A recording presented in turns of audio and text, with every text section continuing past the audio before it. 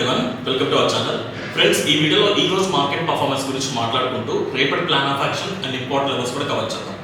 ఈ వీడియోలో అనాలిసిస్ తో పాటు ఒక ఇంపార్టెంట్ కాన్సెప్ట్ కూడా ఎక్స్ప్లెయిన్ చేయబోతున్నాం. సో ఈ వీడియోని ఎక్కడ స్కిప్ చేయకుండా ఎండ్ వరకు చూడండి. ఖచ్చితంగా ఈ వీడియో మీకు ఇన్ఫర్మేటివ్ అనిపిస్తుంది. ముందుగా ఈ రోజు నిఫ్టీ పర్ఫార్మెన్స్ ఒకసారి చెక్ చేసుకుందామండి. If you can see Nifty ఈ రోజు మనకి నిఫ్టీ ఆల్మోస్ట్ ఫ్లాట్ ఓపెనింగ్ జరగడం ఫస్ట్ మనకి మార్కెట్ మంచి ర్యాలీ ఇచ్చింది. దాని తర్వాత ఒక కన్సాలిడేషన్, మళ్ళీ ర్యాలీ కంటిన్యూ అయింది అండ్ ఆఫ్టర్నూన్ నుంచి మార్కెట్ మళ్ళీ కరెక్షన్ మోడ్లోకి వచ్చింది. సో కంప్లీట్ గా మార్కెట్ లో మనం డ్యూయల్ సైడ్స్ మూమెంటం చూసాం. జనరల్ గా ఎక్స్పైరీ డేస్ లో ఇలాంటి dual side momentum up side and down side common గా మనం ఎక్కువగా చూస్తూ ఉంటాం. అండ్ ఫైనల్ గా ఎక్స్పైరీ వచ్చేసరికి 24,800 ఈ లెవెల్ దగ్గర మనకి ఎక్స్పైరీ జరిగింది. Even last week monthly expiry కూడా మనకి మ్యాక్స్ ఎక్స్పైరీ కూడా 24,800 దగ్గర చూసాం. సో ఫైనల్ గా ఎక్స్పైరీ అయితే జరిగిపోయింది. రేపు మనకి వీకెండ్ ఫ్రైడే కాబట్టి సో ఫైనల్ గా మనకి ఎక్స్పైరీ జరిగిపోయింది. రేపు ఫ్రైడే వీకెండ్ కాబట్టి వీకెండ్ ప్లాన్ అయితే రెడీ చేసుకుందాం.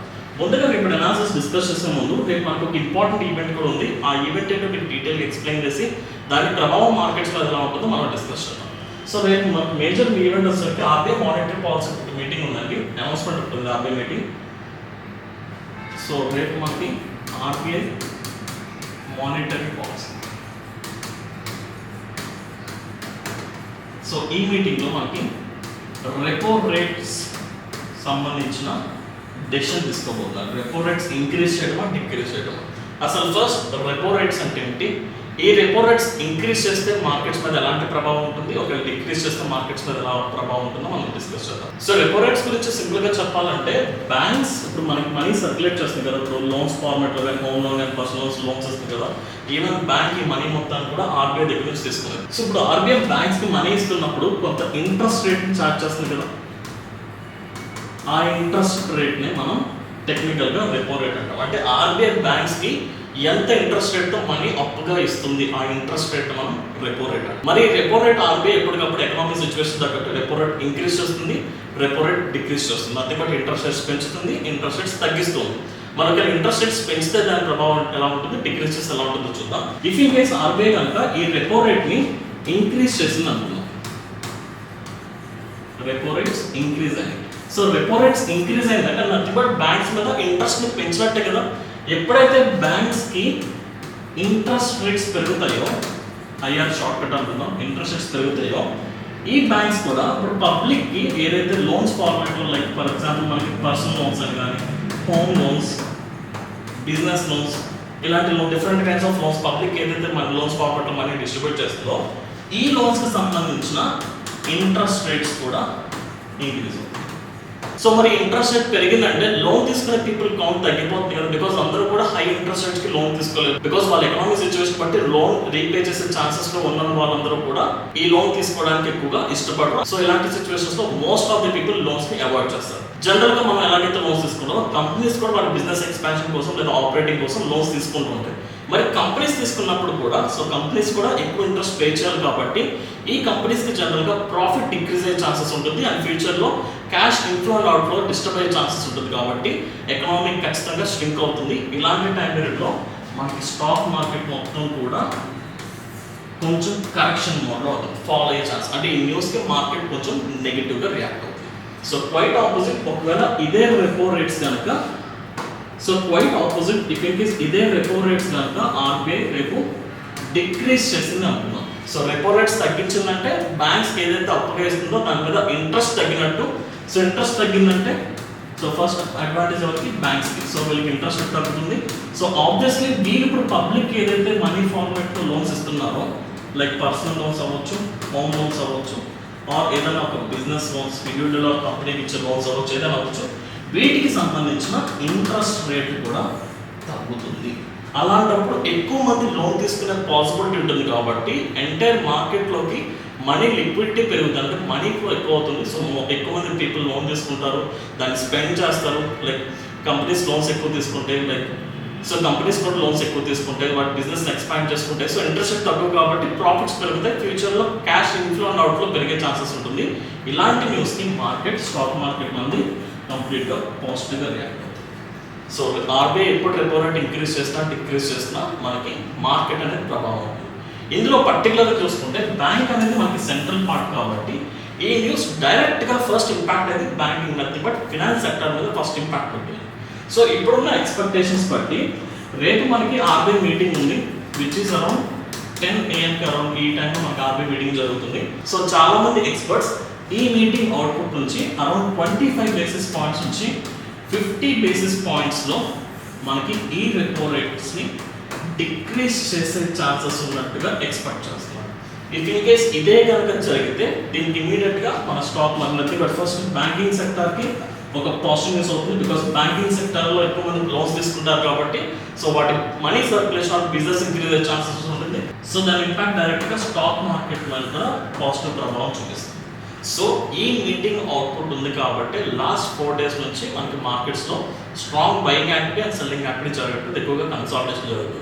ఇప్పుడే కాదండి, ఇప్పుడైనా ఫ్యూచర్ ఒక ఇంపార్టెంట్ ఈవెంట్ జరుగుతున్నప్పుడు జనరల్గా బయ్యర్స్ కానీ సెల్లర్స్ స్ట్రాంగ్ యాక్టివిటీ తీసుకోరు. ఆ మీటింగ్ అయిపోయిన తర్వాత దాన్ని అవుట్పుట్ బేస్ చేసుకుని ఫర్దర్గా ట్రేడ్ డెసిషన్స్ తీసుకుంటారు. కాబట్టి ఇలాంటి ఈవెంట్స్ బిఫోర్ డేస్ మొత్తంలో కూడా మార్కెట్స్లో సైడ్ వేస్ నేచర్ ఎక్కువ ఉంటుంది. సో ఐ థింక్ ఈ రెపో రేట్ అనే కాన్సెప్ట్ మీకు అర్థమైంది అనుకుంటున్నాను. ఇఫ్ ఇన్ కేస్ ఈ కాన్సెప్ట్ కనుక మీకు సింపుల్గా అర్థమైతే ఈ వీడియోని లైక్ చేసి మీ జెన్యూన్ ఒపీనియన్ కమెంట్ సెక్షన్లో మెన్షన్ చేయండి. అండ్ మీరు ఇంకా మన ఛానల్ సబ్స్క్రైబ్ చేసుకోకపోతే ఇప్పుడే మన ఛానల్ సబ్స్క్రైబ్ చేసుకోండి. అండ్ ఇంకా ఇలాంటి మోర్ కంటెంట్ వీడియోస్ మీకు రెగ్యులర్గా వస్తాయి. సో దెన్ మూవింగ్ ఫార్వర్డ్ రేపటి ప్లాన్ ఆఫ్ యాక్షన్ రెడీ చేసుకుందామని. సో ఫస్ట్ నిఫ్టీ అనాలిసిస్ చేసుకుందాం. So if in case repo rate కనుక పాజిటివ్ వస్తే ఆ న్యూస్ అవుట్పుట్ కనుక పాజిటివ్ వస్తే సో ముందుగా నిఫ్టీ అనాలిసిస్ చేసుకుందామండి. If you can see Nifty first మనకి 15 minutes టైం ఫ్రేమ్ చూసుకుందాం. 15 minutes టైం ఫ్రేమ్లో మనకు మార్కెట్ కంప్లీట్ సైడ్ వేస్ ఉన్నా సరే ఇక్కడ మనకు ఒక ఇంపార్టెంట్ రెసిస్టెన్స్ లెవెల్ కనిపిస్తుంది around 24,900. Multiple rejections, resistance resistance resistance, ఈ రోజు కూడా అదే రిజెక్షన్ ఫేస్ చేస్తుంది. సో డెఫినెట్లీ రేపు మార్కెట్ పైకి వెళ్ళినా సరే దీన్ని మనం ఒక మేజర్ రెసిస్టెన్స్ కి కన్సిడర్ చేసుకుందాం. ఈ లెవెల్ కనుక రేపు ఒకవేళ మార్కెట్ ఫస్ట్ మనకి 9:15 మార్కెట్ అవుట్ అయితే ఆర్బీ అవుట్పుట్ మోస్ట్లీ 10:30 తర్వాత వస్తుంది. అప్పటి వరకు మార్కెట్ కనుక ఇదే రీజన్లో కన్సాలిడేషన్ జరిగి లేదా ఎలా ట్రావెల్ అయినా ఆ అవుట్కమ్ తర్వాత న్యూస్ అవుట్పుట్ తర్వాత ఈ లెవెల్ కనుక బ్రేక్ చేసిందంటే డెఫినెట్లీ మనం డైరెక్షనల్ అప్ సైడ్ ట్రేడ్స్ తీసుకోవచ్చు అండి. విచ్ ఇస్ అది బట్ కాల్ ఆప్షన్ బై చేసుకోవచ్చు, లేదా దీనికంటే బెటర్ ఆపర్చునిటీ ఒక కాల్ ఆప్షన్ సెల్ చేసుకుని ఒక పుట్ ఆప్షన్ సెల్ చేసుకుని ఇంకొక పుట్ ఆప్షన్ బై చేసుకోవచ్చు.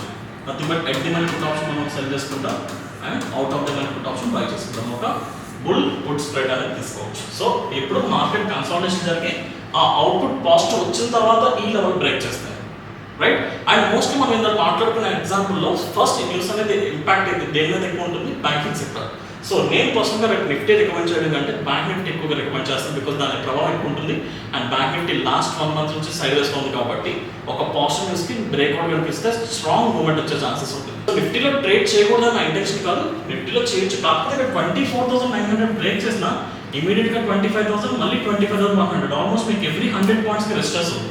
సో ఇలాంటి స్క్రిప్ట్లో రేపు ట్రేడ్ చేయడం కంటే ఎక్కువ స్కోప్ ఉన్న ఆపర్చునిటీ బ్యాంకింగ్ సెక్టర్ కాబట్టి రేపు నేను 100% bank Nifty or financial sector మీద ఫోకస్ చేస్తున్నాను. సో ఒక్కసారి బ్యాంక్ నిఫ్టీ కూడా ఇంపార్టెంట్ లెవెల్స్ చూస్తున్నాం. సో డైరెక్ట్గా 1 hour టైం ఫ్రేమ్ వెళ్ళిపోదామండి. సో 1 hour టైం ఫ్రేమ్లో మనం ఇక్కడ చూసుకుంటారు 56,000 దగ్గర మనకి ఒక స్ట్రాంగ్ రెసిస్టెన్స్ ఉంది. లైక్ ఆల్మోస్ట్ లాస్ట్ 1 month నుంచి కూడా మల్టిపుల్ టైమ్స్ ఈ లెవెల్ బ్రేక్ చేయడం ఫెయిల్ అయిపోయింది. సో ఇంత కన్సాలిడేషన్ ఉన్నప్పుడు, ఇంత చాపింగ్ మార్కెట్లో ఉన్నప్పుడు, లైక్ ఒక buying activity strong selling activity ఎక్కువగా లేనప్పుడు ఒక పాజిటివ్ న్యూస్ కానీ ఒక నెగిటివ్ న్యూస్ వస్తే మార్కెట్ ఇమీడియట్గా రియాక్ట్ అవుతుంది. So we're expecting some positive news కాబట్టి ఈ లెవెల్ ఆ అవుట్కమ్ ఆ న్యూస్ అవుట్కమ్ తర్వాత ఈ లెవెల్ క్లియర్గా బ్రేక్ చేసిందంటే ఫర్దర్ డేస్లో మంచి పొటెన్షియల్ వాల్యూ వచ్చే ఛాన్స్ ఉంటుంది. సో దీన్ని మనం మిస్ చేసుకోకుండా ఆ న్యూస్ అవుట్కమ్ తర్వాత అరౌండ్ 56,000 పైన ఈ జోన్ పైన ఏదైనా ఒక 15 minutes candle with high volume trade అయితే కనుక మనం ట్రేడ్ తీసుకోవచ్చు. అండ్ రిమెంబర్ ఈవెంట్ డేస్లో జనరల్గా మీకు గుడ్ న్యూస్ అయినా బ్యాడ్ న్యూస్ అయినా ఆ ఈవెంట్ వచ్చిన ఇమీడియట్గా మార్కెట్లో ఒక వోల్టాలిటీ స్పైక్స్ వస్తుంది. నథింగ్ బట్ ఒకవేళ ఒక పాజిటివ్ న్యూస్ వచ్చింది అనుకుందాం. ఫర్ ఎగ్జాంపుల్ లైక్ మనం అనుకున్నట్టు 50 basis points like 25 basis points repo rate తగ్గించారు, ఇమీడియట్గా మార్కెట్ బ్రేక్ చేస్తుంది. సో ఇలాంటి టైం పీరియడ్లో మనం ఇమీడియట్గా మార్కెట్ డౌన్ సైడ్ కూడా వచ్చి మనం పెరగవచ్చు. సో సింపుల్గా చెప్పాలంటే ఈవెంట్ అవుట్కమ్ గుడ్ అయినా బ్యాడ్ అయినా ఇన్స్టాంట్గా కొంచెం వాల్టైల్ స్పైక్స్ వస్తాయి. సో ఇలాంటి స్పైక్స్ నుంచి మనం ట్రాప్ అవ్వకుండా ఉండాలంటే మీరు బ్రేక్అవుట్ అయిన వెంటనే ట్రేడ్ తీసుకోకుండా ఇట్స్ బెటర్ అది రీటెస్ట్ జరిగి మళ్ళీ ఎప్పుడైతే ఈ high breakout candle reference high point ఉంటుందో అది మళ్ళీ బ్రేక్ చేసినప్పుడు ఒక డబుల్ కన్ఫర్మేషన్ తీసుకొని ట్రేడ్ తీసుకుంటే బెటర్. ఆఫ్ కోర్స్ మంచి ట్రేడే, కాకపోతే స్పైక్స్ మీ స్టాప్ లాస్ అనవసరంగా హాన్ చేసుకుని స్టాప్ లాస్ ట్రిగర్ చేసుకున్న బదులు లైక్ ఈ పుల్ బ్యాక్ వచ్చి కరెక్షన్ వచ్చి మళ్ళీ పైకి వెళ్ళినప్పుడు but higher highs and higher low structure form అయినప్పుడు తీసుకుంటే that is very good confirmation. So based on this you can plan for bank Nifty అని అండ్ ఈవెన్ బ్యాంకింగ్ స్టాక్స్ కూడా మీరు ప్లాన్ చేసుకోవచ్చు. అండ్ ఐ థింక్ లాస్ట్ వీక్లో నేను Indian బ్యాంక్లో around ఒక 9 lakhs ఇన్వెస్ట్ చేశాను. ఎందుకు ఇన్వెస్ట్ చేశాను మీకు కూడా ఒక 3 days బ్యాక్ వీడియోలో ఎక్స్ప్లెయిన్ చేశాను. సో ఈ న్యూస్ అవుట్కమ్ కనుక పాజిటివ్ వస్తే దాన్ని ఒక 2 to 3 days హోల్డ్ చేసుకుని 5 to 10% ప్రాఫిట్ వచ్చి ఒక క్లోజ్ చేద్దాం, రైట్. అండ్ ఒకసారి సెన్సెక్స్ కూడా చెప్తాను, బట్ సెన్సెక్స్ రేపు నేను పర్సనల్గా ట్రేడ్ చేయను, బట్ ఎవరైనా ఇంట్రెస్ట్ ఉంటే ఒకసారి లెవెల్స్ చెక్ చేసుకుందాం. ఐ థింక్ సెన్సెక్స్ కూడా అంతే, నిఫ్టీ లాగే అంత స్ట్రాంగ్ రీజన్ ఏం లేదు. So if you can see almost resistance zone దగ్గర ఉంది, 82,000 దగ్గర మీకు రెసిస్టెన్స్ స్వింగ్ హైస్ ఉన్నాయి కాబట్టి, సో ఇక్కడ ఈ లెవెల్ బ్రేక్ చేసిన మళ్ళీ బ్యాక్ ఇదంతా నో ట్రేడింగ్ జోన్ ఉంది. సో కంప్లీట్ మనకి 82,700 నథింగ్ బట్ ఈ జోన్ అండి. మీరు ఎగ్జాక్ట్ లెవెల్ వచ్చేసరికి 82,700 లెవెల్ ఇది రెసిస్టెన్స్. ఈ లెవెల్ బ్రేక్ అవుట్ తర్వాత మనం ట్రేడ్ ప్లాన్ చేసుకుందాం. So instead of Nifty Sensex కంటే మీరు bank Nifty nothing but entire financial sector సంబంధించిన ఇండెక్సెస్ లేదా ఫినాన్షియల్ స్టాక్స్ మీద ఎక్కువగా ట్రేడ్ చేస్తే మనకి హై విన్నింగ్ ఛాన్సెస్ ఉంటుంది. అండ్ రేపు మార్నింగ్ మార్కెట్ ఓపెన్ అయిన వెంటనే ఒకేసారి హరీబరీగా ట్రేడ్ తీసుకునే బదులు ఒక ట్రెండ్ సస్టైన్ అయిన తర్వాత అప్పుడు ట్రేడ్ డెసిషన్ తీసుకుంటే మనకి హై విన్నింగ్ ఛాన్సెస్ ఉంటాయి, right. So this is my plan of action guys. Complete రేపు ఈవెంట్ బేస్డ్ నథింగ్ బట్ ఒక న్యూస్ బేస్డ్ మూమెంటం రాబోతుంది కాబట్టి సో దీన్ని రైట్గా క్యాచ్ చేసుకోవడానికి ట్రై చేయండి. అండ్ ఇఫ్ ఇన్ కేస్ ఈ వీడియో కనుక మీకు ఇన్ఫర్మేటివ్ అనిపిస్తే దయచేసి ఈ వీడియోని లైక్ చేసి మీ జెన్యూన్ ఒపీనియన్ కామెంట్ సెక్షన్లో మెన్షన్ చేయండి.